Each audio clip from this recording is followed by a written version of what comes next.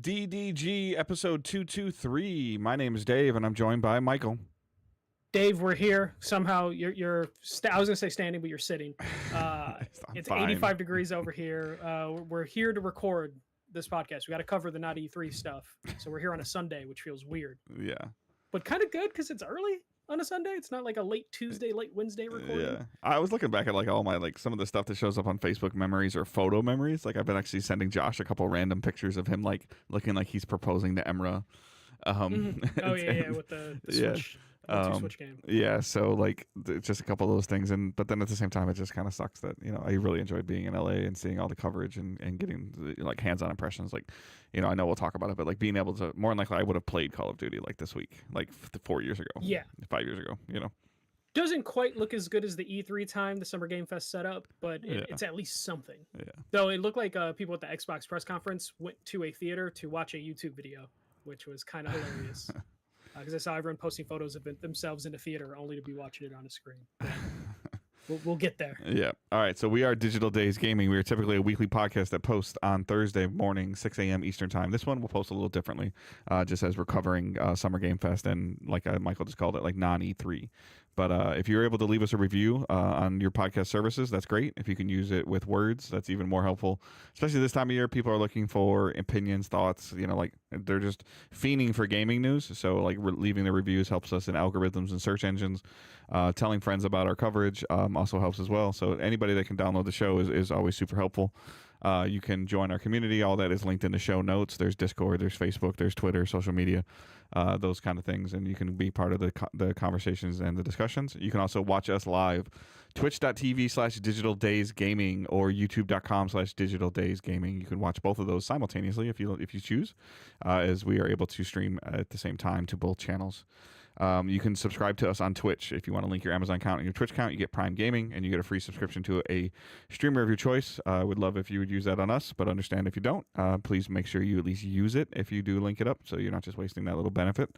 It does not auto-renew every 30 days, so please consider checking that if you have subscribed to us in the past and seeing if it's still valid. Other than that, everything, like I mentioned, is linked in the show notes, and you can subscribe on YouTube. That is free. You can follow on Twitch. That is free. And like I said, you can download the show and leave reviews. Those are all free. And then we also have a Patreon, patreon.com/digitaldaysgaming, where you can support us monetarily with that way if you choose. And all right, we got some stuff to recap from the last couple of days. I'm going to throw it over to Michael. I don't even know why I said Mike. Sorry. Yeah, you're muted. So. Boom. Okay, there we go.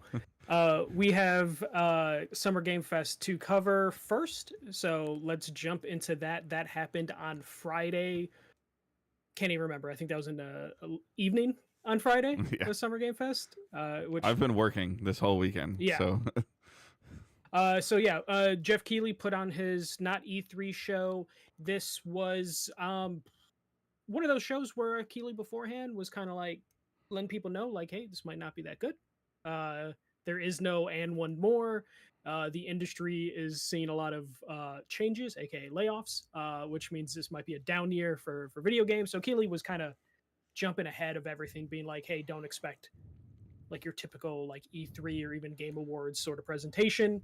So I'm just going to go through a list of things that I thought me and Dave would be slightly interested in, and some people from the community as well. And we'll just jump right into it. The first thing was Lego Horizon Adventures coming to PS5, PC, and the Nintendo Switch holiday 2024. Dave is someone who loves Horizon and also has, a kid that might be into a Lego game. We knew this was rumored for a while, but confirmation and seeing it's coming to Switch and PC. Yeah, this is Lego. This is Lego saying, "Oh, you want to use our license? Okay, that's fine. You have to put it on multiple platforms." Like, yeah. So it looks cool. It looks like a Lego game set in the Horizon world, which sounds great. I'll be curious. I mean, I didn't really see much about it. If it has, crossplay, cross support, stuff like that, that'll be fun to play. If we've seen massive success around Lego games in general when we went through like the Lego Star Wars, Lego Batman stuff, like those things were always fun. And then now more recently Lego Fortnite. This is just kind of Sony getting on that bandwagon as well and accepting the fact of Lego is arguably a top 10 worldwide brand, and you do what they say. Yeah, this will have couch and online co-op. No mention of any sort of like crossplay Right. though from the blog post. But yeah, this kind of just solidifies. I know we already knew this because there's like 3 Horizon games out there, but this basically solidifies Horizon as like this is a long-term PlayStation franchise because we're getting it for the kids so that they'll grow up and want Horizon. We're getting a Horizon Lego before we're getting a Little Big Planet Lego before we're getting a Last of Us Lego. So PlayStation All Stars Lego. So many things PlayStation could have did, but they picked Horizon, which makes sense because from what I know, there's no blood, there's no gore. It's a cool universe. They can, like the dinosaurs. Mechs. Cool. Like you can essentially and they've already kind of had a little bit of a relationship because they made I can't think of the name right now, but they made the Lego one of the long necks or something. I think you're right. Yeah. So they've already kind of had a working partnership and relationship with Lego through Horizon, and if they wanted to make a game or whatever, did it say who's developing this? Is Lego developing this? No, it is Studio Gobo who do develop some of the Lego games. It's not the TT Studios. I believe they do the major ones. But so this means that Sony is giving them access to their assets to make a game. So yeah, they did name Guerrilla as like a co-developer, but that literally could just be like, here are the files to some art assets and stuff like that. So yeah, no, this is it's good partnership. A lot of people were freaking out that it's not coming to Xbox, but it's coming to Switch. But that's just kind of PlayStation and how they play things. That's just they're still in console war mode, but they also want to make money, and they know a Lego game will probably sell way more on the Switch, right? Than it would be worth putting on the Xbox because the Xbox player base just isn't there. Like, console wise, console wise, there's just not a ton of people there, so they're just not going to do that. Doesn't mean they won't do it in the future if, like, say, Xbox sees a ton of new players, but right now it's just not worth it. Okay. After that, we have No Room in Hell 2. This is a sequel to a 2011 source mod. This looked cool. This is just basically a co-op zombie shooter. It's 8-player co-op, and it has permadeath.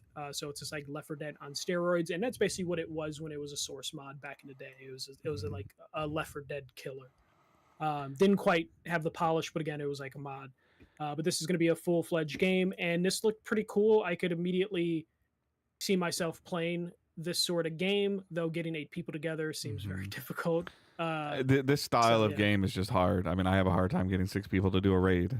This is a similar concept. Sure, it's in shorter periods of time and stuff like that, but this I'd be curious if it's going to have any kind of matchmaking or any bot filling, because like if it's either 8 or 4 or 8 or 6, like you're going to get just demolished unless it has scaling. And there's a ton of questions that are happening in it.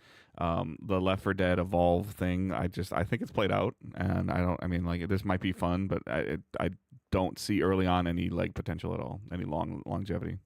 I could see it being similar to Back 4 Blood, where Back 4 Blood had a lot of people playing it the first like couple weeks, but it didn't have the staying power as a Left 4 Dead 1. That's what I mean by like no legs. So like it's one of those things where like I had been meaning to go back to Back 4 Blood for forever because I never played any expansions, and I bought the deluxe edition of that game. So this looked cool. This would be something I would probably mess around with, but like you're completely right. I don't know if it'll have the legs.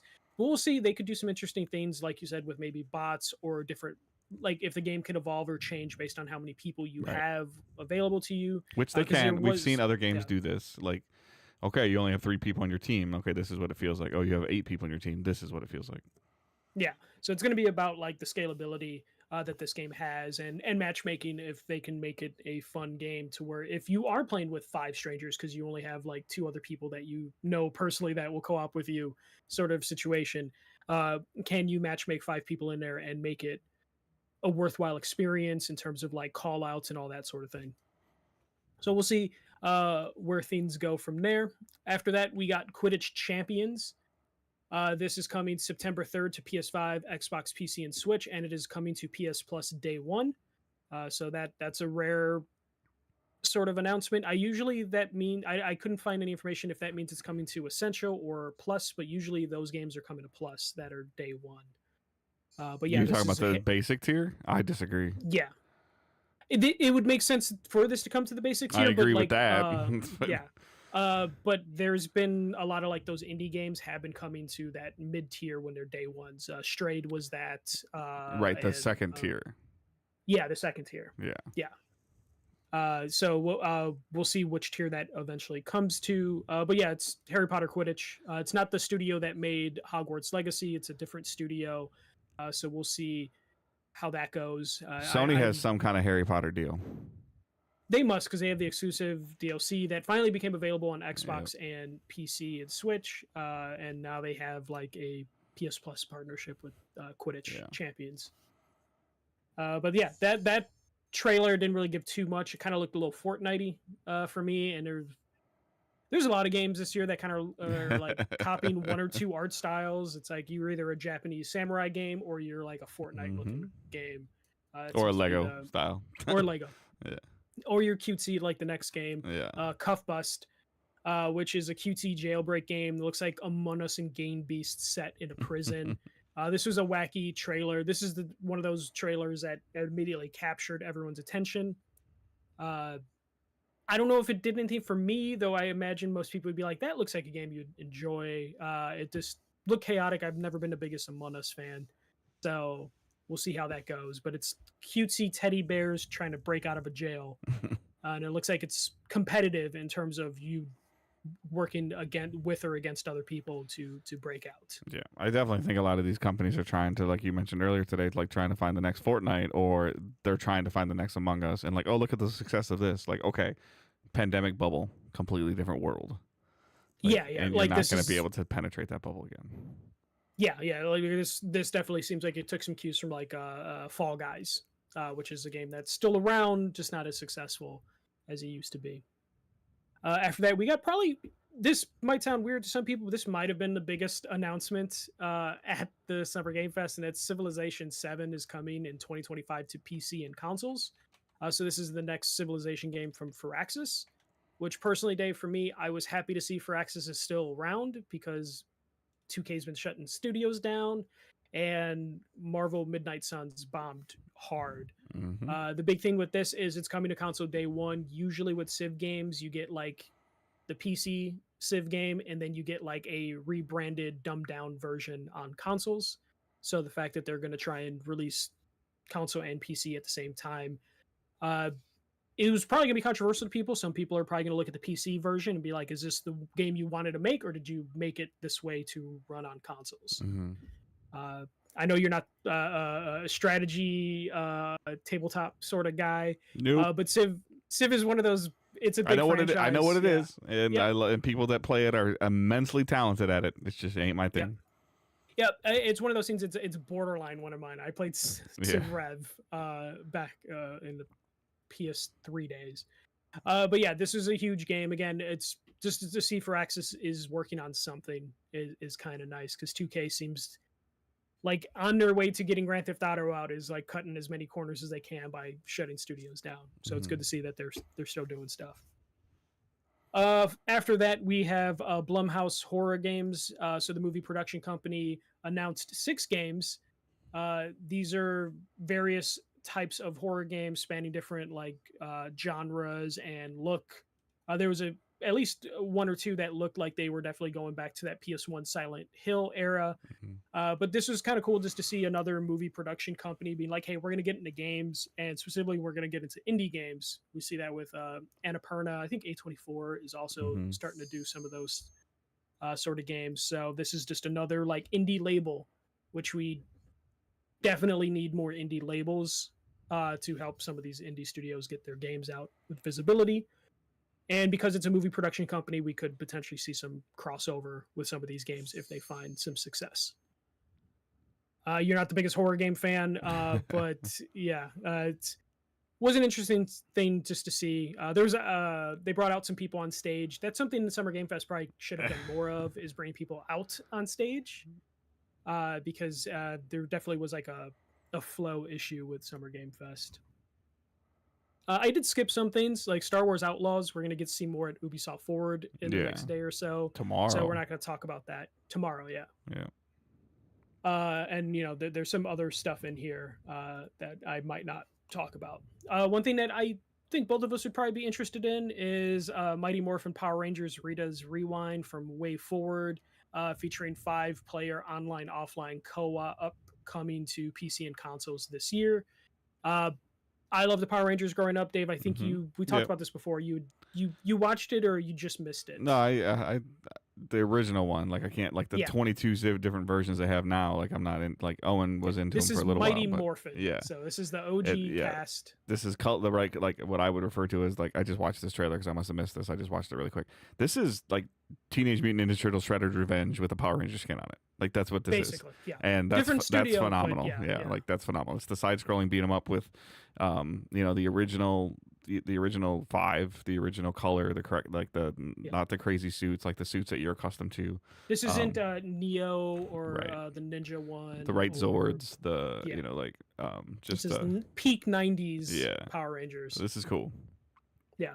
And I did see Tommy pop up a couple times, so it looks like you might have the Green Ranger as a possibility to play. I'm sure green and white are both in there. Like they'll just do I can see them doing a White Ranger DLC or something like that.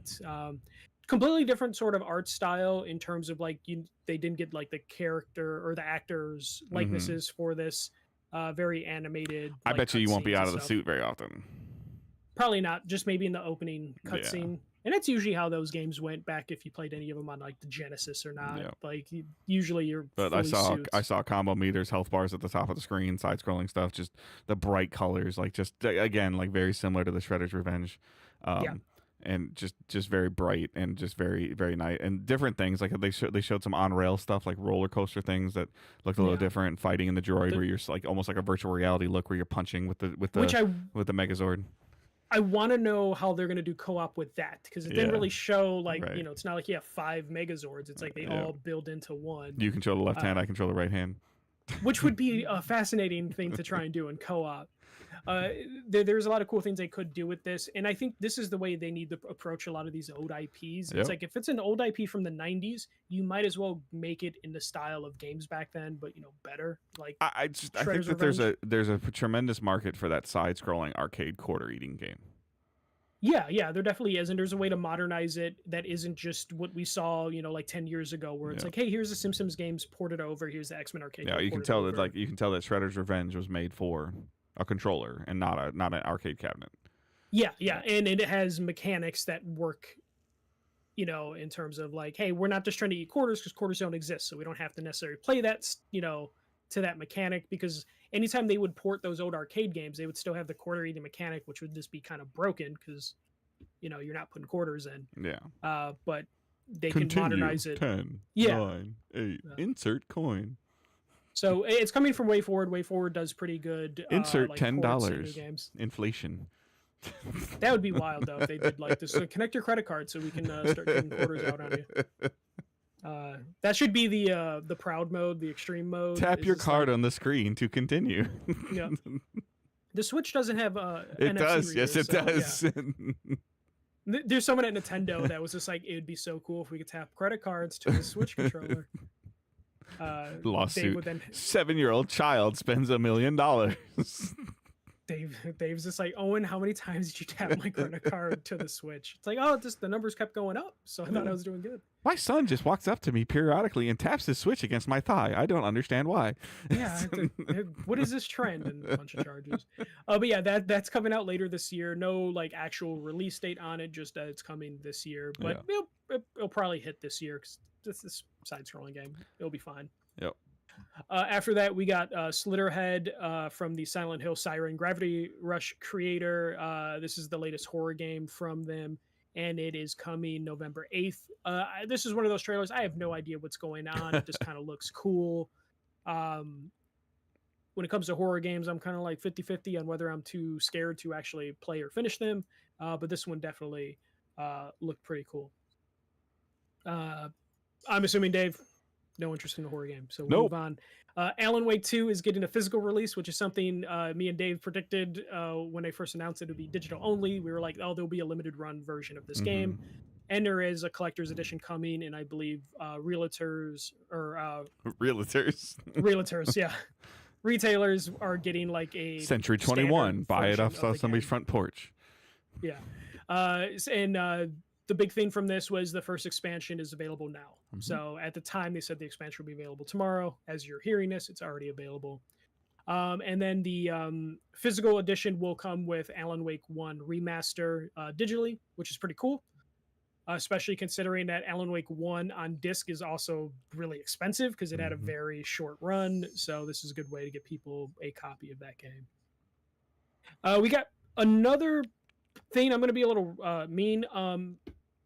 The skate stuff's just kind of weird. I don't know what they're doing, but we got a very I think it said pre-alpha footage of skate that it's coming, and there's going to be an alpha or a beta happening later this year. Dave, I don't know what's taking so long to make a skate game. It shouldn't take this long. I don't think they're doing anything crazy because it's a skate game. They got to figure out how to make it a games as a service. I guess so, but I feel like that wouldn't even be that hard to figure out. Like, people just want to skate. Decks, outfits. You know. That's it. You solved it, Dave. Yeah, why has it been 4 years that they've announced? Oh, you want to have a full half pipe? Okay, that's a microtransaction. Yeah, I don't know exactly what they're doing. I know they release a trailer like every other year, being like, "Hey, we're still working on it," and that's cute and all, but I don't understand what exactly they're doing that is going to require them to show pre-alpha footage and then run betas for.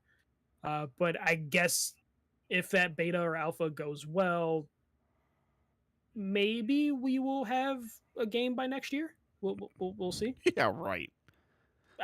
I'm being hopeful, Dave. I'm trying. After that, we had Monster Hunter Wild. We had another trailer for that. Not much to talk about there. It's just we're kind of seeing too much of this game. I almost feel like crossplay. Yeah, that's the biggest thing. Like that was the biggest thing. Yeah, which is great for the franchise. So it's great if they get the multiplayer aspect working properly. Correct. It'd be great. And then after that, we ended up with a Phantom Blade Zero trailer coming. The game's coming in 2025. Keely was very excited about this. I didn't really see anything in this trailer that like excited me. It's a cool looking, like Souls-like samurai sort of game. But yeah, that is how they ended the show, which I feel like they could have found something better. Yeah, I'm looking at this trailer now. That's like, this ain't it. But this is where you see a little bit of Keely, like, oh, this is my show. This is what I like. This is cool because he loves Bloodborne. He loves Elden Ring. He loves, Kojima games. So, yeah, it definitely, especially when he's excited about a game, he wants to put that spotlight on it. And this is one of those ones where he must have seen something in this game that made him really excited, and he thought this is the way to end a show. Coming out of it, I didn't really see too many people in my circles being like, "Oh shit, did you see Phantom Blade Zero?" Right. And I know a lot of people that are into those sort of games, so it's just like, oh, no one's really talking about it. I saw more people talking about Power Rangers, Lego Horizon, and the Street Fighter DLC. That was announced during the show. But overall, Summer Game Fest was okay. Is kind of a, I wouldn't say letdown. I was going into it not expecting much because Keely's been dropping warnings. Yeah. All week. And it's kind of to the point where like these companies can do their own if they feel like they got a thing. Like any company that feels like they got a thing. Ubisoft's got their own thing. Like why would Ubisoft? Okay, cool. Yeah, here's show a little bit more Star Wars Outlaws, but make sure at the end of it says come watch us. Show a little bit of this and make sure even like we'll talk about it in a minute too, but even like just like show a little bit of this and tell them to come watch this. Like these other companies are in control of their own thing, and Keely doesn't own rights to anything, so like he really doesn't get to showcase something from Sony. He doesn't get to showcase something from Xbox or Ubisoft or EA. So like you kind of it's a bad term, but he kind of just gets like table scraps. And yeah, you can PlayStation gave Lego for that reason. Right. Yeah. I mean, you could find, every once in a while, like he's got a great relationship with From Software company, but that means he only gets a big announcement like every 5 or 6 years. It's just, it feels off. It's not Keely's fault, but it just doesn't feel like it's in his show is in that, in that pattern. We used to have a Bethesda press conference, an Xbox press conference, a Ubisoft press conference, a Sony press conference, a Nintendo one, and a PlayStation one. And whatever else needed to fit in those 5. or 6, whatever I said, and now those are still there. Those 5 are still there. 4, or if it was 5, now it's 4 because of Bethesda Microsoft acquisition, and even the BlizzCon stuff, like that kind of getting molded into there also. But like it would have been, Call of Duty's reveal would have gone to the highest bidder, Xbox or PlayStation at the time. Yeah. Like, and now it just doesn't go to the highest bidder because Xbox owns it. So there's just like, and that's what's left over. This is the cool thing about this, is that 5 years ago, everything you pretty much listed here would have been like a B-roll thing while they're in between 2 announcements at a Sony presser or an Xbox presser. Yeah, it definitely feels like it. It would have been B-roll. It would have been the montages that we're used to seeing. This would have been the stuff that you and I covered that would have been like, holy crap, this is really fun. Like, and I don't know. I mean, it could, like, maybe you would have got to play Quidditch and you'd be like, hey, it's not really my thing, but I had a blast playing it. I was surprised by it. Or, like, getting an opportunity to play a skate, to play a closed session of Skate, like a closed multiplayer session of Skate for you, possibly. Like, it's basically, this felt like what, I don't want to say filler, and because that sounds negative, but this definitely didn't have any of the big anchors that we're used to seeing that go to the big publishers. Right. As an example, like, you probably would have played Cuffbust at E3 outside of E3 at the Devolver Digital booth, and drinking a beer and been like, hey, and that would have got one of your awards. Like, hey, I had a great time with that. Just, just as an example, like the brief 12 minutes I got to play of it, it was a lot of fun. It's on my list now. Versus, I saw a trailer. It looks interesting, but I don't know enough about it. Yeah, and instead, it's just kind of, it gets bullet pointed like it is in our list right now, because it's not quite like a big enough game to like have a full on discussion that you would see like the Xbox One. There are big games that we're going to talk about, and but why would they give any of that stuff to Keighley?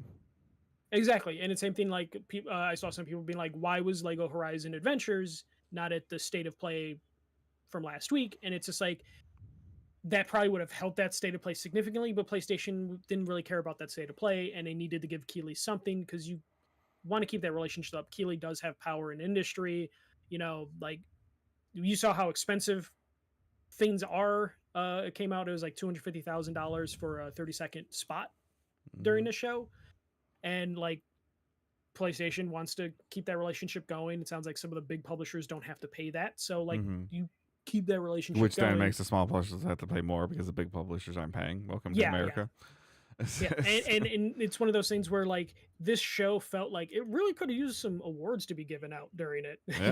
Like it felt like the Game Awards without a big trailer and also without like the rewards to break it up. They tried to do some developer interviews during the show, and the crowd was a little too silent during it. And I'm sorry, like pauses. Keighley's not a good interviewer. He's a good host. Yeah, he can host something. He can reveal something. He can talk about bullet points or something. He cannot have a back and forth dialogue with a developer or a community manager or somebody playing the game. Like it's a hard skill. I don't think that I had it really well. A lot of you think when you hear me do interviews and stuff like that, you're like, oh wow, that's great.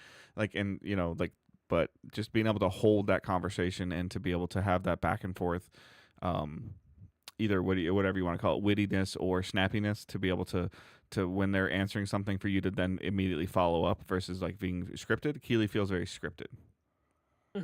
So, which again, it's not a bad thing. It's just an observation. Yeah, no, it's definitely not like a bad thing. It works for the Game Awards because he's hosting a show, but doing the interviews, it doesn't come across that great. And there was a couple times where like during the thing where they would have developers on there, you could almost feel like the audience kind of like losing interest, and like the camera was compensating by doing like all these cuts and panning shots of just two people talking about their game. That just didn't make sense, but it was one of those scenes where it's like, you can tell the director was just like, I don't know what to do right now, because this is supposed to be entertaining and it's just two people talking on stage and not cutting the footage. So it's like the camera just like panning for no reason, zooming in for no reason. It's like, okay, so even the director is kind of feeling the vibe of the room of like, oh, can we just get on to the next trailer? So that's just like an observation I noticed. But Summer Game Fest was what it was. We were warned it was going to be a big thing, and it delivered on that. On not being something super big. It did well viewership wise, so some publishers might come to it and give them a little bit more next year. We'll find out. I also think it suffers from there was a lot of advertisements that will have more trailers and footage at Gamescom, which is 2 months away. Mm-hmm. Which I feel like Keeley's got to choose whether he wants to do Summer Game Fest or Gamescom, because I feel like having both shows bookend the Yeah, because summer. doesn't he do like opening night at Gamescom or something? Yeah. Yeah. Which he was advertising a couple times during this thing. So it's like I don't think having these And then presentations opening 2 night at months apart. Gamescom, he'll just advertise for Game Awards. Yes. Yeah. So it's just one of those things where there might be too many of the things Keeley's trying to balance, and he needs to like decide, does he want to do his own thing or continue to work with Gamescom to make sure they're taken care of. But we'll move on from there to the Xbox showcase that happened today, as we're speaking, Sunday. This was a pretty strong showing. Again, I have bullet points of some of the big games. Most of them are going to be the Xbox first party games, just because it's a thing that going into this that we were talking a lot about of like, can Xbox deliver fucking anything? Mm-hmm. And we got a lot of their games dated, or at least release windows. So this will be a pretty interesting discussion, I hope. The first thing that they showed was Black Ops 6. Treyarch and Raven are working on this. They did do at the end of the showcase a full like 20-25 minute presentation showing a little bit more about Black Ops 6. They showed multiplayer and then some of the zombie stuff at the end of that. But yeah, Black Ops 6 looks like a Call of Duty game. Looks pretty good. Apparently the Xbox website is saying it's going to be over 300 gigs of an install, which is just wild to me. Tons and tons of multiplayer maps then, or big maps. Yeah. The one thing that they mentioned, at least at the end showcase, is just how some of the maps are kind of going back to like the traditional Call of Duty map style. They mentioned like how many lanes are in it. They got a little like gritty in terms of like, hey, how large and small the maps are going to be and how they're going to be structured, kind of going back to what they used to be, which is important for Call of Duty because I feel like they've kind of lost their way in terms of like, they're doing Warzone, which is obviously a gigantic map, and then they have stuff that kind of feeds off Warzone a little bit with how they structure stuff. So this seems to be going back to a more traditional Call of Duty experience, which I feel like we say every 2-3 years. Boots on the ground. Yeah, boots on the ground, that sort of thing. But yeah, Black Ops 6 looks all right. Looks like Call of Duty coming out this year. Any thoughts on the Call of Duties, Dave? Yeah, that's fine. It's on Game Pass. I'll play it. Yeah. The next thing we got was Doom Dark Ages from id, coming in 2025 to Xbox PC and PlayStation 5. So Xbox did put the PS5 logo up a couple times during the showcase. Good for them. Yeah, good for them. They picked weird spots, though. There were some third-party games that are coming to PlayStation that they did not put PlayStation logos on, but then some games they did put PlayStation's logo on the trailers. But yeah, this is Doom Dark Ages. Looks like, the Doom Slayer's coming down to Earth that is covered in hell. And yeah, it just looks like a Doom game. Looks like probably the biggest Doom game that they've ever made. And this is coming in 2025. Like Doom, it's a little too edgelordy for me, but this did look kind of fun. I dabble in Doom. I never get super into them. Yeah, I haven't gotten into them. I remember playing like the original Doom, like the hallway corridor one and stuff like that. But the newer ones I haven't really ever delved into. Then, to be honest with you, I think the little bit that I have messed with them, like it actually moves like way too fast for me. Like I don't know. If it gets quicker and quicker. It hurts. Like. Yeah, I've always had a little bit of, like, believe it or not, I've always had a little bit of an FPS problem that I can kind of work through, but I can't play, like, even on my PC, I can't play Destiny at higher than 60 frames per second because I start feeling wonky. Yeah, no, this definitely is super fast moving. It's Doom at its best. I do like their escalation of Doom during this like new trilogy. I guess we get to say it's a new trilogy now. That there's a third one. So like the escalation has been really nice to see. 2025 is sooner than I expected. Even though I know it's been I have to go back and look years. And see how long since the other Doom, but yeah, it's yeah. I love me. I love the short window of reveal to launch. So I'm happy with this. If this is, I guess at the next Xbox showcase this time next year, like I would assume this would get official dated. Yeah, this seems like this would be fall holiday 2025, even though they didn't say it. After that, we have State of Decay 3 trailer. No release date. This is Undead Labs, so another Xbox studio. Dave, I thought this came out already. Like I State of think Decay games. they did some work on State of Decay, but did you skip over Doom Dark? Or no, never mind. Doom Dark. Yeah. I don't know why I read that like that. So. Oh yeah, I didn't put the colon. But yeah, State of Decay 3 got a new trailer. I feel like we've seen trailers for this pretty often, and I always kind of forget that State of Decay 3 is not out yet. But apparently, there's still no release date on it. Looks interesting. Zombie shooters. State of Decay is one of those franchises for Xbox that is, I wouldn't say popular, but like it's like one of those mid-level franchises that there's a decent amount of people playing it, and they seem to be pretty dedicated to State of Decay. Mm-hmm. Here we go. But this is your, here's your surprise. Yeah. So Dragon Age Veilguard got a cinematic trailer introducing the companions, and this obviously is going to lead up to the gameplay trailer that they announced was going to be already happening on Tuesday. But the biggest thing that we got from that trailer, outside of seeing all the companions, is that it is fall 2024, which I was just talking about talking about this with someone in Discord, and I was saying there's no way it's coming out this year because BioWare is a mess. But yeah, fall 2024. If they can hit this release date, that would be pretty huge, pending gameplay, because gameplay is supposed to be a little different for this one. Yeah, sorry. What's your initial thoughts on the animations? It's good. Like a lot of people were upset. This was one of those games people said, like, why does it look like Fortnite? Because it is way more animated, because Inquisition kind of had a little bit more of a realistic look. But if you go back and look at Dragon Age 1/2, look at Inquisition, and now look at this, like the art style has changed almost every time, because technology is just different and they go with a different route. So I'm not holding too much against how the cinematic looked, because I also think there's a chance that this was just a cinematic trailer and not what the cutscenes will look like. Or what the gameplay is going to look like.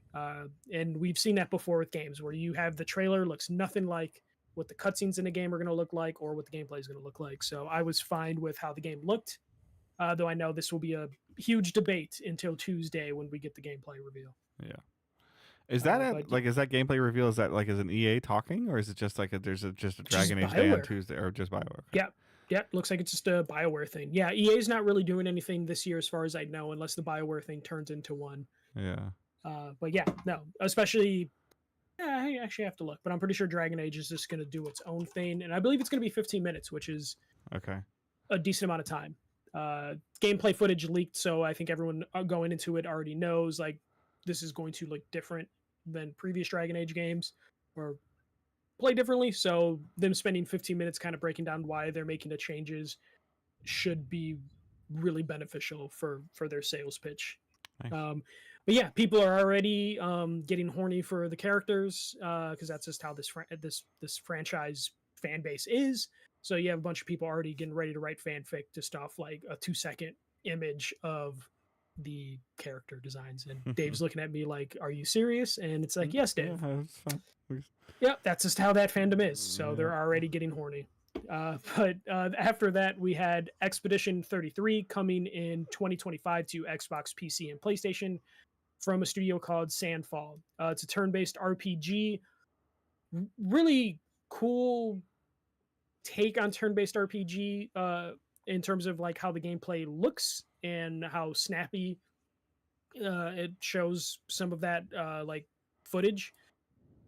This has a really cool premise though. It's basically like there's like a painterest, they called it, that basically would every year puts a new number on a big wall, and whatever number is put on there, anyone that age will die, and the people that you play as are trying to stop the painterest because they're tired of losing people. So really cool art design, interesting story. This is a relatively new studio, I believe. I looked them up because their name sounded familiar, but not quite. And sounds like they were formed in 2020. But this, I believe, is coming to Game Pass day one. And it's one of those partnership games, but it's coming to every platform, Xbox, PC, and PlayStation. But yeah, the Expedition 33 looked pretty good. So I'm kind of sold on it. As soon as I saw that trailer, I was like, this has been a really good showcase. And we were only like halfway through. Then we got South of Midnight from Compulsion Games, trailer and gameplay. And this game is coming in 2025. Dave, I remember we were both interested in this game last time they showed it. This is that game that kind of has like a stop motion sort of look to it, which I'm waiting for people to react to seeing a game with like a lower frame rate that's on purpose. Kind of gives me the same vibe. Remember when Spider-Verse came out, the first one, and people were like, why does it move like that? This game definitely has those vibes in terms of how it's animated. And it looks really nice, and actually seeing the gameplay blended with those cutscenes just made this game all the more intriguing. But it was a decent chunk of gameplay that we got to see from this. Yeah, I think it looks fun. Yeah, it looked really cool. Very linear, which I'm fine with. So we'll just have to see. Compulsion Games is one of those studios I don't fully like have faith in after like the I think they're the We Happy Few developers. So I'm hoping that they can execute on this. But that's also, you know, a Xbox studio that is putting a release window on one of their games. Right. Then we got a new expansion for WoW coming in August. As someone who follows the Final Fantasy 14 game and fandom, it's just kind of funny how WoW just kind of like shit stuff out in terms of expansions of just like, yeah, here's an expansion. There's not really any fanfare or anything going crazy with it. It's just Blizzard. They print money and have stuff coming out.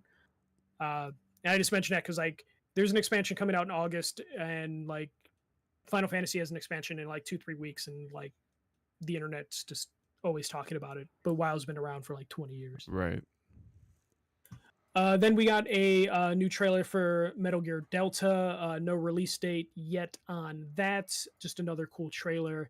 Dave, with them remaking like Metal Gear Solid 3, is that something like from what we've saw from the previous trailers, is that something that you would be maybe interested in trying? Because I know Metal Gear is kind of possibly just because like out on. like that cat was in that Metal Gear's like heyday was right in that time where I was like not really playing games like early on. PS3. Yeah, when Jonathan and Zoe were born. So like 2001 to 2006, 7. But I don't know, like there's not any like tangible like feeling that I'm like, oh, I gotta go play that. Like it, you know, it might be something I mess with, but I don't see myself like seeking it out. Yeah, it's definitely like a weird. The reason I asked you is because it's, you know, it's a remake of the third game. Yeah. You know, so it's like they're jumping into the middle of the franchise. Timeline wise, it might make sense because it takes place in a certain period of time that would, you know, if they're going to start releasing these in like timeline order, it's early enough of a game to start with. But it just seems like a weird sell for people that maybe aren't too into the franchise to be like, hey, here's Metal Gear Delta, and then if you look into it, it's like, wait, this is the third Metal Gear game. And in reality, it's like the 6th Metal Gear game, probably, like, but it's like the third numbered game. But yeah, I was just curious about like your interest in Metal Gear Delta, it being like one of those games that's just kind of jumping in the middle of the franchise. After that, we got Flintlock: The Siege of Dawn, an action RPG launching in July. It will be on Game Pass. This was another action RPG that looked pretty cool.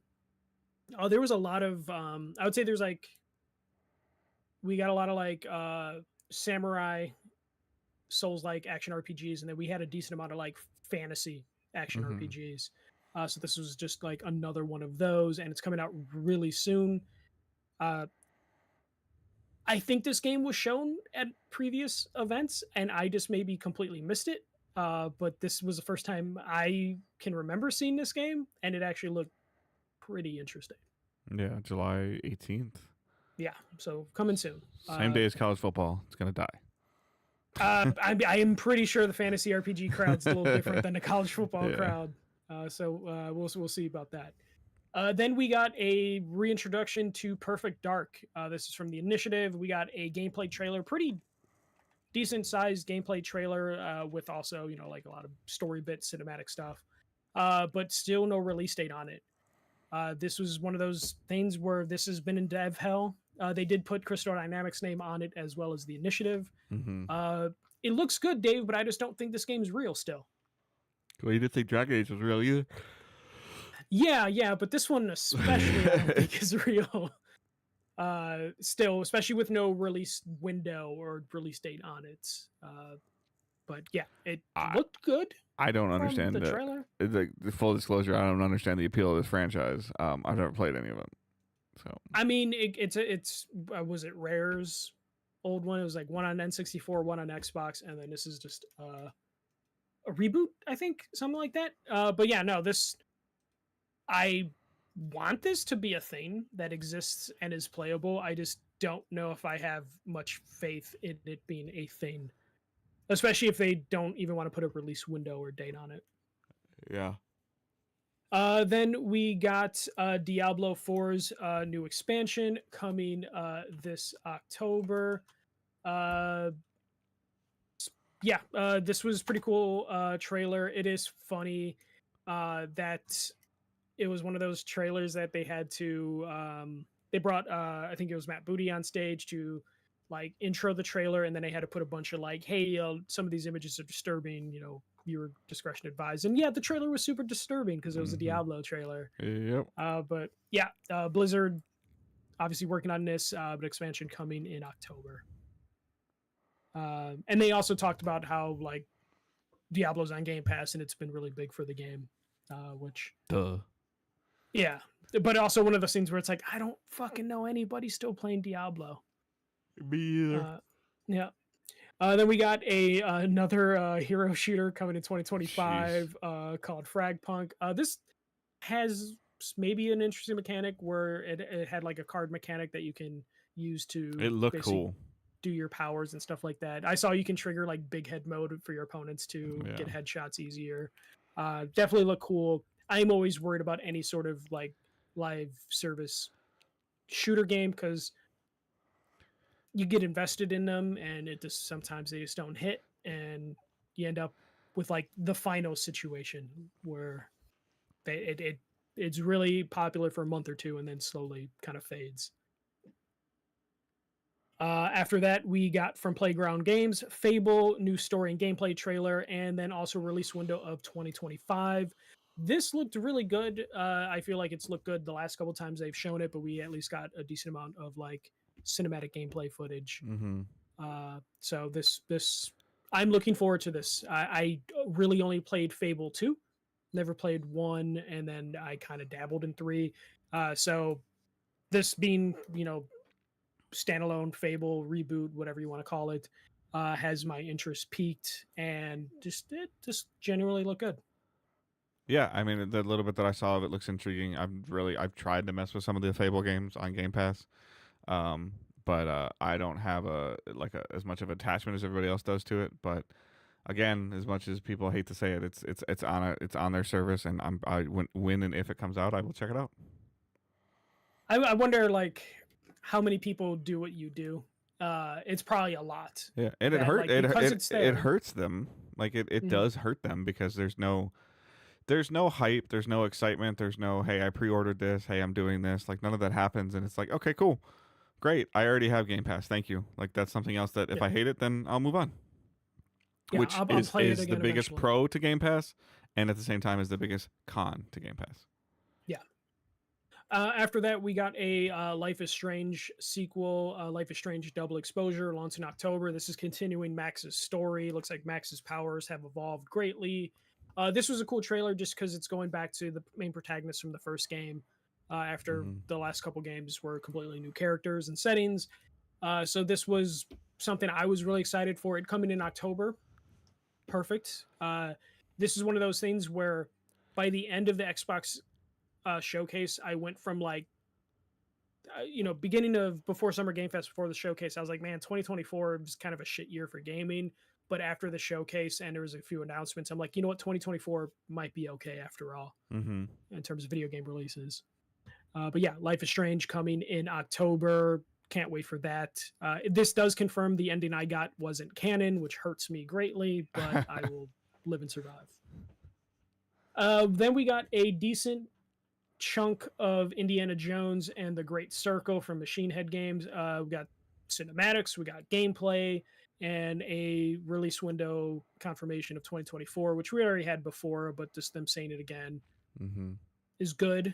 I know, Dave, you would prefer a date because you have your 90-day window that you like to have. I do, yep. I feel like there's still wiggle room. Getting abused. Yeah, I feel like there's still wiggle room where they could delay this game. Hopefully they don't, because Xbox needs games to release, and I guess with Game Pass, the 90-day window doesn't really matter to them. Right. But this is coming to just Xbox and because they're not banking on pre-orders. They're banking on Game Pass membership increasing. Yeah. And people like me who just like, I stop Game Pass for once in a while, and then when a game comes out, I just re-up the day the game comes out, and then I'll have it for like a month or two. Yeah, I mean, but like even the next game, like this is where we're starting to get into that problem a little bit. Like, so they did a deeper dive into Avowed, answered some of the concerns it sounds like that people were having about it, showed some more gameplay mechanics and combat and stuff like that, and 2024 release window. So now this game is not coming out between now and August 1st. Like I'll bet what little hair I have left on my head on that. So now you're talking about two major releases for Xbox that could possibly cannibalize each other. But guess what? With Game Pass, they are not worried about that because they need to release content. Yeah. You're talking about a Diablo expansion in October. In October, Avowed, and Indiana Jones, all within probably a 60-day window. Yeah. Which is something that Xbox has just never been able to do. Since the Xbox One or the Xbox 360 era, where they're like, hey, here's a bunch of big games that are coming out, basically doing what PlayStation does, or used to do, at least, where PlayStation sometimes will just be like, yeah, here's 3 quadruple A games that are super big, and they're coming out within like a 90-day window of each other. And that's something that PlayStation's always been able to do, and it's led to PlayStation's success. And now Xbox is kind of trying to do that. I don't know if it'll be as successful because Avowed's a new franchise. I think they're highly overestimating Indiana Jones's popularity. And then, Diablo's an expansion. But it's still big enough content, and Xbox desperately needs content. Yep. And to show that they're not fuck-ups. Because Xbox needs their own content. Xbox Studio content on their subscription service. New content. New games. And they need to show that, like, hey, yes, we close studios, but we can still actually release games. That was the important thing for this whole show, is just like, hey, here's the next 18 months. There's stuff coming.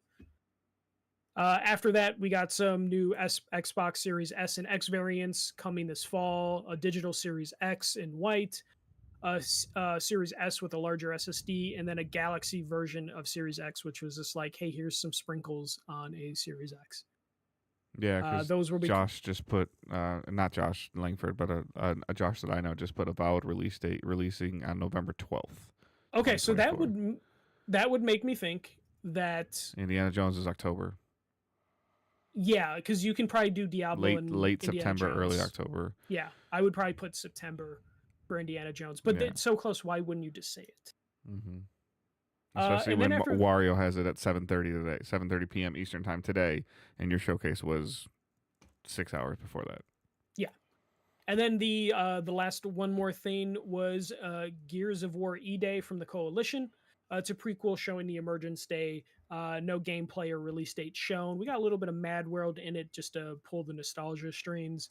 But yeah, it's funny, when the trailer first started, I thought it was old Marcus Phoenix, and then I realized it was younger Marcus Phoenix after a couple seconds. But yeah, this is a good way to continue the Gears of War franchise. It's like, hey, let's go back to the beginning and show how all of this started and how these characters kind of became who they are. And then where you go from there, I kind of don't know. But based on how long it takes for games to develop, I think they're just like, that'll be a problem we deal with in 7 years when we come out with the Gears after this. But it's a perfect opportunity. You have a bunch of new people that you hope to come back to Xbox, so hey, let's reboot the Gears franchise or start at the beginning to kind of make people not afraid to jump in. What did you think of the teaser for Gears? I mean, I've dabbled with Gears, but for a long time it's been something that has just not, I never really had somebody kind of like guide me or show me Gears. But I mean, like something like this, like it's kind of was genre defining for an over the shoulder shooter. So like them doing something that took place before then, like for me personally, I probably would play this and then see like, oh, I really like this story. I want to see what happens next, and then maybe try to play the first Gears. Now, the part that sucks about this is that you play a game in 2024, 2025, and then you go back and play the game that takes place after the fact, and that came out in 2005. Like, Yeah, that's and there's been a lot of rumors that they're working on remakes of Gears, and this would be a good time to maybe get those remakes out there. And they don't have to do anything crazy with like remakes or remasters. Just clean them up, have them run a little bit better, and go from there. But yeah, I think they had a good showing. Ending on Gears is a good idea in terms of having a OG Xbox franchise as like the one more thing. But overall, Dave, what did you think of the Xbox showcase? would have loved to see some more tangible dates instead of just years or windows. Personally, but I mean, we've been asking for content, and like you said, it looked like it was a very heavy focus on the next 18 months without them, I guess, ultimately overcommitting and having to backpedal. So Yeah, solid. Like, yeah. For me, I was really impressed with what they had here. Their third party stuff they had here was really good. Dragon Age, obviously, and like they had an Assassin's Creed trailer and some other stuff as well. But yeah, I think this was an important showcase for them in terms of like, hey, here's our first party studios that we have left after closing a couple, and they're actually releasing games. Right now, there's something I tweeted, so I'll just reiterate here. It's one of those things where the next 18 months are super crucial for Xbox because they need to release a bunch of games. They need to release successful games, critical and sales wise, whatever sales means to Xbox, whether it's Game Pass subscriptions or individual copies, because there's an opportunity for them because PlayStation does not have anything realistically major coming in the next 18 months. But the thing is, Xbox will only have this window because PlayStation eventually will have a bunch of their studios ready to go. And PlayStation in the past has shown that they are willing to release 3 or 4 major games in a year. And eventually, all their first party studios at PlayStation will be ready to release something. And then Xbox will either lose ground or, will become irrelevant during that time.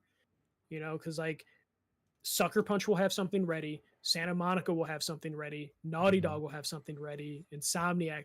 There's a bunch of studios that will make killer games for PlayStation and will easily take over the mind space of the gaming world once they get those studios lined up and ready to go. So it's very important right now for Xbox to release as many games as possible to get people on their side, either with Game Pass subscriptions or new consoles. So they need to release a bunch of these games, and they're showing like they're taking it serious. Hey, here's a bunch of games. We're ready to go. And it's not even all the studios they own. So it's not like they'll run into another drought again, theoretically. And of course, they all have to get this out before Grand Theft Auto 6 comes out next fall. Because that will be another thing that they have to deal with, because that's going to eat up a total industry, basically. But yeah, I think they knew what they had to do, and they showed a bunch of good stuff. I don't know if there's anything here, though, that is like God of War big, Spider-Man big from Xbox, but there's enough stuff in here. They have a bunch of doubles and triples. Not necessarily like home runs. But yeah, I think it was a really good showing. It was probably their best show in a really long time. But yeah. Yes, I would agree. Like one of their best, one of the best outings. Now it's one of those ones you have to look back on 6-8 months and see if they're able to deliver what they showed. But they showed like a lot of games, some gameplay. Again, I would have loved to seen more dates, but game after game after game after game after game after game after game. So kudos. Like for whatever reason, not very many games are in my wheelhouse that I'm aware of, but still games and first party stuff. Yeah, and again, first party stuff was key for this because PlayStation I think is done for the year. Like, I think the state of play that we got was pretty much it. We'll probably get one more state of play. That'll be like a deep dive into Astrobot or whatever third party game that they're going to be working with in the fall. Nintendo kind of, again, just Nintendo's probably going to be quiet this year because the Switch is going to be coming out next year. So like Nintendo might be wrapped. Yeah, I still expect them to do some kind of direct between now and June 20th. Yeah, but I think it's going to be a partner direct or an indie direct. It's not going to be like, hey, here we have a major hit coming in the fall. It's going to be, smaller stuff. It's going to be like the Princess Peach game. Mm-hmm. It's not going to be like here's the next Mario, here's the next Zelda sort of thing. So this being like the only major show we're going to get this year from one of the big three, it was at least a decent show at that. And it's not just them winning by default. Yeah. But yeah, I'm very intrigued about like at this point in time what Ubisoft is going to show this week. Just because they've shown some other stuff and they're supposed to be talking about like the Division, mostly more content, more additional content for it. So is that going to be something that they can, tweak my interest enough? The biggest thing over the last probably I'd say 24 to 36 months, there is like it's just missing wow moments. Nothing is like, oh my god, that's so cool, or holy cow, I can't believe they're doing that. Like I don't know if that's just me being cynical, but I'm just not seeing anything that's like, like you were surprised that like Dragon Age was shown and dated this year. Like, yeah. But is that a wow for you? It would have been if there wouldn't have been so much turmoil at BioWare. Yeah. There's a caveat there. Like if BioWare weren't in turmoil, it probably would have been a big wow moment. I feel like the last wow moment we had was seeing like Wolverine's claws going to the counter. Yeah, but even that, like, I feel we kind of already knew that. Like that, yeah. we had a feeling that that had been leaked or rumored that was a thing, and we're like, okay. I also think it comes down to how these stuff's presented too. Yeah. Yeah, but go on. What were you gonna say? No, it's just missing the I want to see a trailer with a logo that I'm like it makes me sit up on the couch, like, and even like I'll be honest, I feel like even at this point in time, Naughty Dog's lost it for me now too. Like when Naughty Dog's logo would show up, I'm like, oh, is this more Last of Us? Is this Uncharted? Like what is this? Like and that's maybe it'll be Insomniac. Like when Insomniac's logo shows on the screen. Logo. Yeah. But at this point in time I already know it's Wolverine. Yeah, and I think the problem is like we're having an issue where stuff's kind of mentioned too soon. Yeah. Which takes the fun out of things. We know games now take 5 to 7 years to develop. Yeah. And that plays a part in why things get announced too soon. I guess the next moment for me that I'm going to see when I'm going to be like, oh my gosh, is going to be when they put Sony Santa Monica on the screen again. Whether it's more God of War, which I don't think it will be, or it's Barlog's new sci-fi game. Because I want, they missed, like when The Last of Us first got teased, like it was a freaking like Cordyceps bug during the Game Awards. Yeah. That it's one of those things where I also think that's where it comes down to presentation, to where if we're going to go this format for like E3 or not E3 for Summer Game Fest, the Game Awards are going to become the most important thing because at least you get some crowd reaction there. You get a little bit of hype. You get a little bit of showmanship. The Xbox thing probably would have been elevated if they would have fed the crowd audio into some of the trailers, because it might sound silly, but Dave, you remember being in the audience during the Final Fantasy VII remake? Mm-hmm. Like that trailer was kind of cool, but hearing the crowd go nuts, either when you're watching it from home or in the audience, made that seem way bigger at the time. And the presentations that we currently get are like the Xbox pre-recorded thing, where it's just like, here's Phil Spencer in like a sound stage with cool lights. And that just doesn't really do anything. Or you get the Keighley thing where it's kind of awkward and, I just don't think they know what to do post-pandemic. No, that's what I'm saying. Like they don't know how to handle that. Mm-hmm. And we need to find like the happy medium. And unfortunately right now it's like the Game Awards. Yeah. Is where everybody's hating on people. Yeah. Everybody's hating on people today because they're tweeting out like Xbox, on my way to Xbox Showcase and, hashtagging it. And people are like, oh, look at all the Xbox shields. They do the same damn thing if Sony was doing something. Yeah. It's like, Though it is kind of funny seeing all the media people wearing the Xbox jackets that were given out, and it's just like, it's that Microsoft knows how to bad brand. optics. Yeah, yes, but Microsoft knows how to brand. Like they know what they're doing. Yeah. Like, I mean, I have a Cyberpunk jacket. Like, it's one of those things where it happens all the time. Yeah, it's just a matter of like they understand how to brand. Sony used to do the same thing. Like, whether no matter what it was, like it's just like little things like bracelets or colored bracelets or like leaving with God of War posters or like whatever it was. Like they knew how to brand, and these companies still know how to brand, but they're also determining that they're getting the same return on investment without a brand. Like, none of this stuff is changing. Like, why would Sony need to push? They're selling millions and millions and millions of consoles. And they don't have anything to push right now. Right. And they're still moving consoles. They're like, oh, it's not moving as fast as we want it to move. We're at 90% of our projections. Okay. Like, yeah. And it's getting brushed over because of how much in general they're doing. But like, we didn't really talk about it, but they released data like over 50% of their player base isn't even on PS5. No, I know. And that's a crazy thing. And it's one of those instances where it's just like people are like, oh my God, that's bad for PlayStation. It's like they haven't released a lot of games for PS5. Like if I wasn't a diehard Spider-Man fan, there is a chance I would, or if I didn't, obviously have the podcast, I would probably still be on PS4 or I would have moved over to PC. Like they're not releasing a ton of games, and eventually they will get the studios lined up and you will get that jump from PS4 to PS5. Because right now, it's going to be huge for them. This year, like for Sony, Astrobot's not going to do it for me. Like, yeah, I'm going to get it, but it's not going to make you go buy Concord. But I can play Concord on my PC.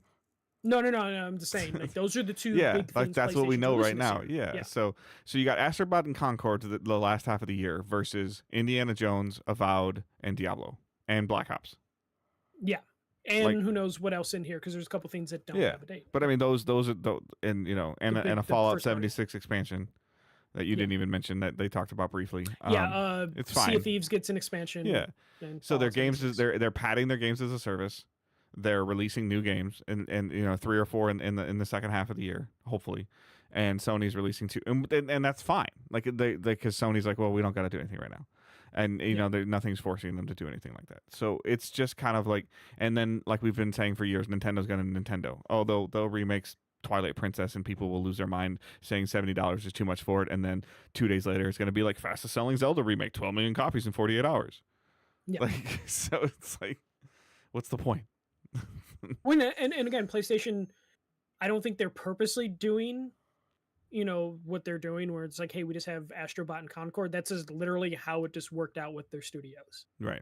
It's like Xbox probably wanted to release games the last 3 years, but it just didn't work out with where their studios were based on when they acquired some of them. Sony pushed so hard at the end of the PS4, beginning of the PS5 life cycle, and which is fantastic. We've seen it before, and then now you've got the pendulum is like at the low point, and it's going to swing over, and it's going to hit the wall, and it's going to swing back and go to a low point and swing over and hit the other wall.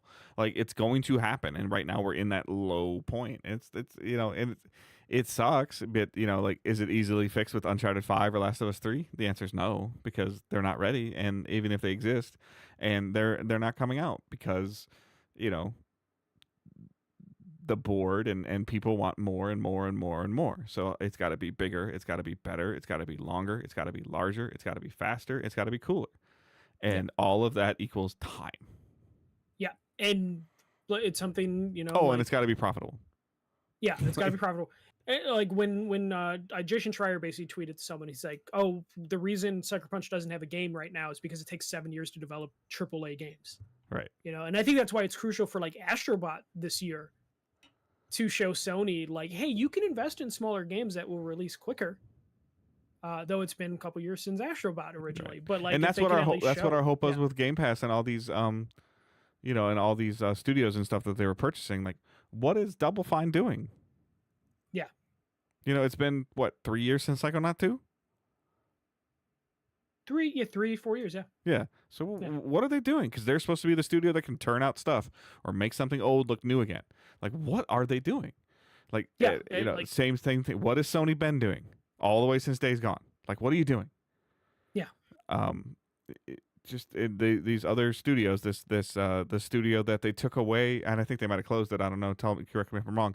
The studio that they took away the Last of Us remake for, gave it back to Naughty Dog. What are they doing? Yeah, that's Sony Bend.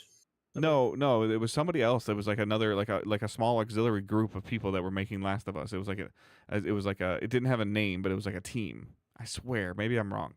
There was like they were like visually remaking stuff, and they got really far with it. And Naughty Dog's like, okay, that's good enough now. Give it back.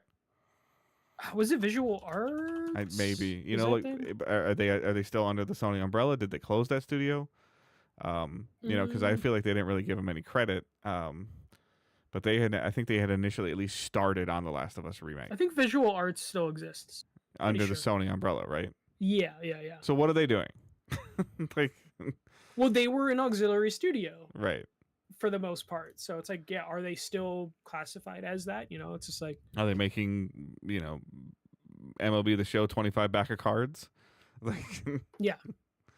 I mean, yeah, there's a lot of things going on at PlayStation. Like, we don't have time to talk about it today, but we'll talk about it next week.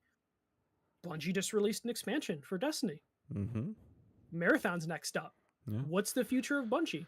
Is this expansion? Bungie also just announced this weekend after the raid was beaten that they're doing they're doing another live stream on tomorrow, Monday, June 10th of what the next year of Destiny is looking like. So like 4 days after you release something, like, okay, we're gonna talk about the next 11 months. Yeah. Like, huh?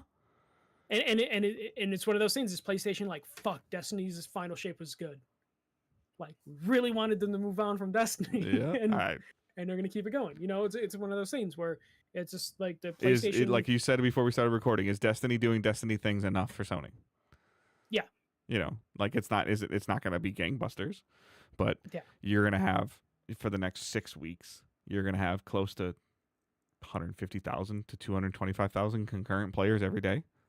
Yeah, and it's one of those things when it comes to like Destiny, or for PlayStation, it's just like, is it still worth the investment? And if the concurrent player count holds, Bungie's gonna be like, yes, it is. And PlayStation's like, well, fuck, we gave you a deal that says like, you can run your shop how you want, as long as Destiny's, Yeah, so all of a sudden the final shape comes out and Bungie's like writing in their checkbook and peeling it off and giving it to Sony Dad and be like, okay, you can leave us alone now. And they're gonna be like, fuck off until Marathon comes out. Yeah. But like that, PlayStation has to figure out what they want to do, and I have confidence PlayStation will have their ducks in a row. They talked a bunch of stuff. They released some information about this dual CEO thing that they're going to do, and they're supposed to be more verbal and more, more talking more often. And like, we'll see, because they kind of need to, at this point in time, they, based on what Microsoft has shown for their next 6 to 18 months, like, Sony's got to say something. Yeah. And I'm confident that at the end of this 18 months, PlayStation will go back to being like, hey, here's our spring game, here's our summer game, and here's 2 games for the winter. And that's going to be great, and that's going to sell a lot of PS5s. It's going to a lot of people from PS4 to PS5. It's going to set them up for the future pretty well, but that means for the next 18 months, there's not going to be a lot to release. And the reason I keep saying 18 months is because, like, realistically, nothing's coming out 6 months because that's already announced, and I don't really see any of their studios outside of maybe Sucker Punch being ready to release something. Unless they come out in September with a PS5 Pro and like 6 games that we don't know about. But I don't see it. Yeah, and even that seems like super unrealistic. And especially if you're going to do the Pro, like the idea of the Pro coming out and there not being any new games for it is wild to me. But yeah, that's the state of the industry. Yeah. It's not a bad thing. It's great for conversation, like, but it's just kind of one of these things where it's like, what did you see the last 72 hours, Michael? That's 100% day one must play $70 buy for you. Dragon Age Expedition 33. Okay. Which is a new thing that looked very interesting. And South of Midnight, but I don't know how much that game's going to be because it looks like it could be a smaller game. Those are like the 3 games that I walked away from that I'm like, cool, I'm down for these. There wasn't really anything in Summer Game Fest that really got my attention. And for me on this list, looking on this list right now, it's not a $70 game, but it's Power Rangers. Yeah. Yours is a small game you'll play for a weekend. Yeah. And I'm fine with that. Like, there's nothing wrong with it. Yeah, but it's like, okay. Versus before, I would have like at an E3, I would have had like 5 or 6 games that I would have been like, you know what, that's on my list. That's on my radar. Yeah. That's what I'm paying attention to. Well, the crazy thing, I think. Oh, I'm sorry, maybe Lego between Owen and I with Lego Horizon. So. But what's crazy though is we're in an age range. You a little bit more than me. Indiana Jones should be our jam. I'll play it, but again, it's there. We're not excited. Yeah, it's gonna be like I'm like, oh, that's right, it comes out this week. Okay, I'll play it when I get home from work. But like in a different time, that should be the oh shit, there's an Indiana Jones game, it's coming. I think there's a couple issues with Indiana Jones where I think it's a mistake making it a first person game. Yeah. And also again, I think the Indiana Jones, because the movie bombed the last one. Like it's it totally the movie doing well or not doing well totally affected Avatar Frontiers. Yeah. Or no, I'm sorry, the distance between the game and the movie. I'm sorry. Yeah. Because that game kind of came and went. The movie, did really well, but Indiana Jones, it's like, okay, how excited are people going to be? Like the people in the age range that should be excited for it seem like they're kind of excited for it. And by connecting them to movies, by the time we get all the fun Marvel video games, we're going to be all Marvel fatigued from the movies. And we already are. Yeah, no, that's what I'm saying. But it's like, okay, the cool, that Captain America Black Panther game looks amazing. When's it coming? Yeah. Yeah. And then the fact that there's going to be 2 Black Panther games, technically. Yep. It's like, that's going to be confusing. Oh, and Wolverine. And another Spider-Man. Yeah. There's so many different things that go into it. But and trying to revive Suicide Squad, which they're going to try to do. No, they aren't. That's dead. But there's already a new Arkham vs. Batman game coming to VR. They said this year. The crowd reaction when they realized that was VR shows you the state of VR. Yeah. Because people are like, oh. Yep. They're like, oh, they're going to right the wrongs of Suicide Squad, and it's VR. It's a one-off. But they said that the reluctant sound of disappointment in that room was like the state. Like there's anybody that wants to make a game for VR, there's your answer of why it won't be like. Yeah. If the Batman game can't get people excited, but people are just like desperate for a Batman game, and then they see it's VR, it's like, yeah, I'm not buying a Meta. I'm not buying the Meta Quest. So. But yeah, Dave, that was not E3. We do have a couple showcases that we can cover next week. Yep. That's coming. We have the Ubisoft Forward. We have the stuff for Dragon Age. We didn't talk about Devolver Digital this week, but we could talk about them next week. Did they have a thing and I missed it? Yeah, they did. On usually there's one thing in there that I'm like, oh, I want to buy that. Like yeah, there was a couple of things in there. It'd be definitely worth a watch for you. Okay. But yeah, and then there was like Day of the Devs for the indies. So there's definitely a couple different showcases that we'll talk about probably next week. Awesome, because there won't be much other news. So yeah. All right, that's the show this week. We're going to skip over questions. We're going to skip over playing and watching. Obviously, this is just a showcase focus show. So follow us on Twitter at Digital Days Pod. You can follow Michael at The First MJC. You can follow myself at Good Dave Hunt. Facebook group, Discord server are there. Patreon's there. And other than that, I hope everyone enjoyed like watching the non-E3 coverage that they did. And I hope everyone, like we've truncated this down to one episode that covered 3 days. It kind of just shows you the state of like how news is being released in June, but it's still fun. So I hope everyone has a great week and keep moving forward. Don't be a dick. See ya.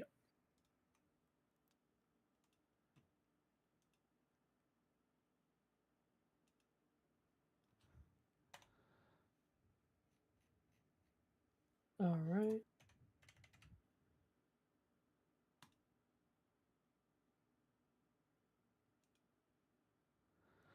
All right, guys. I got a couple things I got to handle. I want to try to do some Destiny stuff at 9, so I'm going to take a little break here. So I hope everyone has a great night. Thanks for hanging out in the chat. Appreciate everyone, chatting and making comments.